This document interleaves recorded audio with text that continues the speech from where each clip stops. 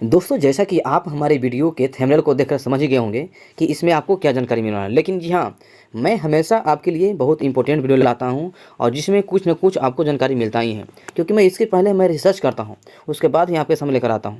तो दोस्तों, यदि आप पंचायत के वार्ड से चुनाव लड़ना चाहते हैं और यदि किसी आपके आदमी को लड़वाना चाहते हैं तो ये वीडियो आपके लिए बहुत इंपॉर्टेंट है, क्योंकि इसमें 8 स्टेप में आपको बताएंगे कि कैसे चुनाव लड़ने के लिए जीतने की तैयारी करें। तो दोस्तों, एकदम गारंटी के साथ आपके लिए एकदम बिल्कुल सही साबित होगा। बस इस वीडियो को देखने की कोशिश कीजिए। दोस्तों, हमारे यूट्यूब चैनल पर वार्ड सदस्य की मुख्य जानकारी के बारे में बताया गया है। आप चाहे तो हमारे चैनल के होम पेज पर जा करके आप वहां पर देखिएगा। यहाँ पर मैं अपलोड कर चुका हूं कि वार्ड सदस्य की क्या क्या जानकारी, यानी कि कैसे कैसे जो है से इन लोग को आमदनी होता है और क्या क्या काम होता है और कैसे कैसे प्रोसेस से इन लोग को अधिकार मिलता है। तो चलिए शुरू करते हैं वीडियो को। चुनावी तैयारी करने के लिए पहला कदम आपको बता दें कि इसके लिए आपको चुनाव से 1 साल या 6 माह पहले से ही खुद को चुनाव के प्रति सक्रिय होना पड़ेगा। जी हाँ दोस्तों, यानी कि अपने आप से मान लेना पड़ेगा कि आप चुनाव लड़ने वाले हैं और इसमें कोई कन्फ्यूजन नहीं। इसके साथ ही कुल वोटर के आंकड़े के बारे में जानकारी प्राप्त कर लेना होगा, यानी कि आपके वार्ड में कितने वोटर लिस्ट में नाम हैं और कौन कौन किस प्रकार के कैटेगरी के लोग रहते हैं।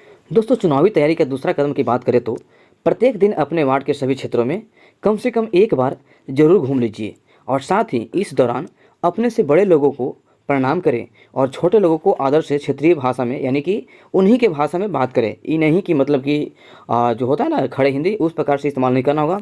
बिल्कुल अपने ही दोस्तों के जैसा बात करना होगा उन लोगों से, जिससे आपको लगाव स्थापित होगी। चुनावी तैयारी के तीसरा कदम की बात करें तो लोगों के विभिन्न प्रकार के निजी समस्याओं के समाधान के लिए कोशिश करें। जी हाँ दोस्तों, कोई पर्सनल समस्या रहता है उसको समाधान करने के लिए आप कोशिश करते रहें। जैसे कि झगड़े को सुलझाना, यानी कि घर में जो बहस होती है या झगड़ा होते रहती है उसमें आप सुलझाने की कोशिश करें। हो सके तो आर्थिक मदद भी कीजिएगा, यानी कि कुछ का 100-200 रुपये या 1000 रुपये पैसे घटेगी तो उसमें आप ना नहीं कीजिए, यानी कि सपोर्ट करने का आपको मौका मिला है तो इसको छोड़िए मत। इसके लिए साथ सरकारी योजनाओं का लाभ वार्ड के लोगों तक पहुंचाने में मदद करना होगा। जी हाँ दोस्तों, सरकार से ढेर सारी योजना लागू होती है जिसे गांव के आम लोगों को पता नहीं चल पाता है, तो उसको आपको मदद करना होगा।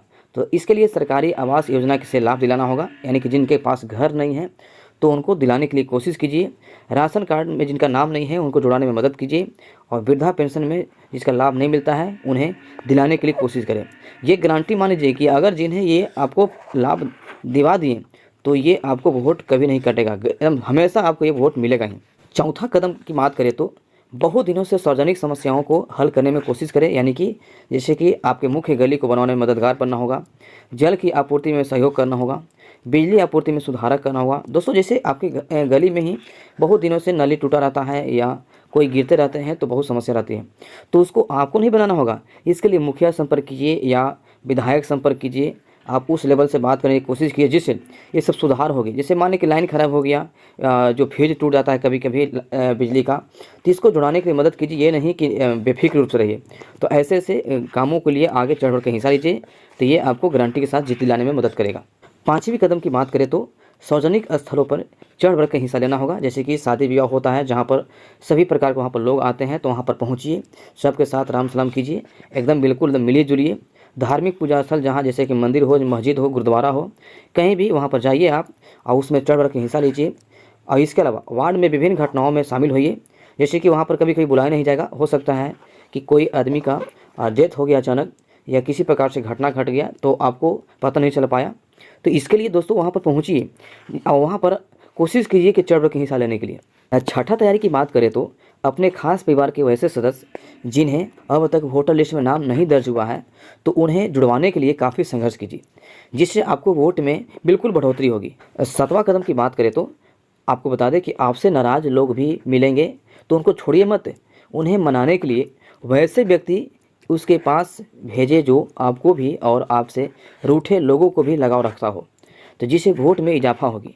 जी हाँ दोस्तों, जो आपके पास ऐसे लोग हैं जो दोनों तरफ से जानते हो, बढ़िया से पहचानते हो, दोनों भेजिए और किसी तरह से मनाने की कोशिश कीजिए, क्योंकि उनको वोट न देने से कोई फ़र्क तो नहीं पड़ता है, लेकिन वो आपके वोट को काटने की कोशिश करेंगे। तो इसीलिए मैं आपको कहना चाहता हूँ कि उन्हें मनाने की कोशिश कीजिए, जहाँ तक वो प्रयास हो।